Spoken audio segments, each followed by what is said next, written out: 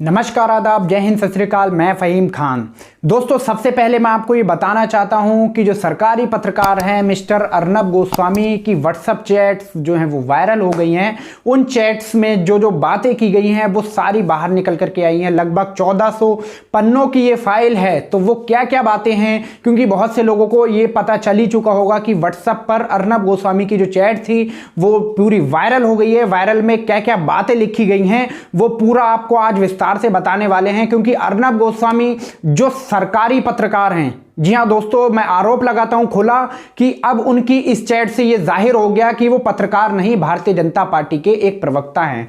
इन 1400 पन्नों की फाइल्स में साफ तौर पर लिखा गया है एएस का नाम। अब दोस्तों, ये एएस का लिंक कैसे जोड़ने में लोग लगे हुए हैं, ट्विटर पर ट्रेंड कर रहा है अर्नब गोस्वामी को लेकर के, क्योंकि 1400 पन्नों की जो फाइल लीक हुई है उसमें 2 जगह पर एएस का नाम यूज किया गया है। जी हां दोस्तों, ये एएस कौन है, अब इसका लिंक निकालने के लिए लोग एएस के जरिए अमित शाह जी से इसको जोड़ रहे हैं। क्या है पूरा मामला दोस्तों, आज आपको पूरा विस्तार से बताने वाले हैं। तो उससे पहले मैं आपसे रिक्वेस्ट करूंगा कि अगर आप हमारे चैनल पर नए हैं तो चैनल सब्सक्राइब जरूर करें और बेल आइकन प्रेस कर दें, जिससे नए वीडियो आते आपको नोटिफिकेशन मिल जाए। तो दोस्तों, सबसे पहले हम बात करते हैं अर्नब गोस्वामी की वो 1400 पन्नों की फाइल, यानी कि जो व्हाट्सएप की चैट्स है उनकी वो वायरल हो गई, ये सब लोगों को पता है। तो सबसे पहले आपको बता देते हैं कि अर्नब गोस्वामी टीआरपी रेटिंग मामले में, यानी कि जो टीआरपी का स्कैम किया गया था उसमें जो बार्क के सीईओ हैं पार्थ दास गुप्ता, जी हां दोस्तों, सबसे बड़ा नाम पार्थ दास गुप्ता, और अर्नब गोस्वामी की जो व्हाट्सएप की चैटिंग थी वो अब वायरल हो गई है। उस चैटिंग्स में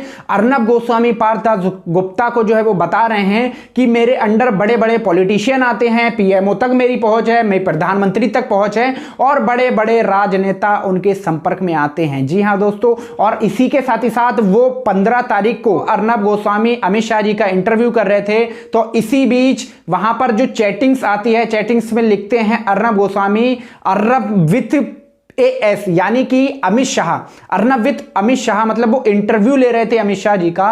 तो वो चैट्स में साफ तौर पर लिखा हुआ दिख रहा है, साथ ही साथ आप भी देख रहे हैं। तो लोगों ने अब इसको जोड़ना स्टार्ट कर दिया है, कहीं ना कहीं से लिंक निकालना स्टार्ट कर दिया है, क्योंकि लोगों का काम है कि वो कुछ ना कुछ ऐसी खुरापातें करते हैं। लेकिन दोस्तों, अब यहां पर जो आरोप लगाए जा रहे हैं क्या वाकई में वो सही है? क्योंकि दोस्तों, जो 15 अक्टूबर 2019 की जो इंटरव्यू दिया गया था अमित शाह जी का अर्नब गोस्वामी को, तो अब इससे जोड़कर देखा जा रहा है, जिसमें अर्नब गोस्वामी 15 अक्टूबर 2019 को लिखते हैं अर्नब गोस्वामी विथ एएस। तो क्या एएस ये वाकई में अमित शाह जी हैं? जिसमें वो बार्क के सीईओ, यानी कि बार्क के सीईओ पार्थ दास गुप्ता को ये बताते हैं कि हमारा जो लिंक है वो बहुत ऊपर तक है, तो आप जो है टीआरपी रेटिंग मामले में जो हमारे ऊपर कार्रवाई चल रही है उसको जल्द से जल्द रफा दफा करने की कोशिश करें। इस तरीके के आरोप लग रहे हैं। और इसी बीच एक और खबर निकल करके आई है, जिसमें अर्नब गोस्वामी के अंधभक्त जो हैं वही आरोप लगा रहे हैं कि मुंबई पुलिस ने उनकी व्हाट्सएप चैट्स को वायरल किया है। तो क्या मामला है पूरा,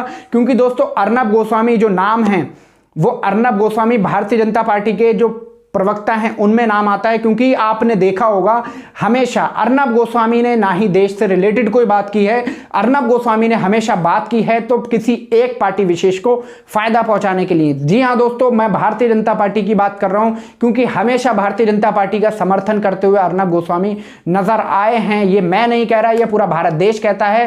क्योंकि दोस्तों, यहीं पर आपने देखा होगा कि हाथरस में जो कांड हुआ, हाथरस के ऊपर भी अर्नब गोस्वामी ने कांग्रेस के ऊपर आरोप लगाया कि कांग्रेस राजनीति कर रही है। लेकिन यहीं पर जो सीबीआई की रिपोर्ट आती है हाथरस मामले में, वो पूरी सटीक आती है कि अर्नब गोस्वामी पूरा मुंह बंद करके बैठ जाते हैं। अर्नब गोस्वामी के मुंह बिल्कुल बंद हो जाता है, जिसके बाद वो 2 शब्द भी नहीं बोलते हैं हाथरस की मनीषा वाल्मीकि के ऊपर। इससे पहले दोस्तों, आप लोगों को पता होगा कि दिल्ली में किस तरीके के दंगे भड़काए गए थे और कितने लोगों की मौत हुई, और वो किस किस समुदाय से होंगे, लेकिन उसके ऊपर भी कोई बहस नहीं होती है। अभी हाल ही में उत्तर प्रदेश के बदायूं में एक महिला की मंदिर में जो है बलात्कार कर दिया था किसी पंडित जी ने, लेकिन अर्नब गोस्वामी ने उसके ऊपर भी कोई प्रोग्राम नहीं चलाया, पूछता है भारत। तो आप लोग समझ सकते हैं कि किस तरीके से अर्नब गोस्वामी हमेशा से ही भारतीय जनता पार्टी को फायदा पहुंचाते हुए आए हैं और विपक्षी पार्टियों पर तंज कसते हुए आए हैं। जबकि एक पत्रकार का काम होता है कि वो सरकार से निडर होकर के सवाल पूछे कि किस तरीके की हमारे देश में घटनाएं हो रही हैं। लेकिन जो अब जो 1400 पन्नों की फाइल जो वायरल लीक हुई है, उनकी चैट वायरल हुई है,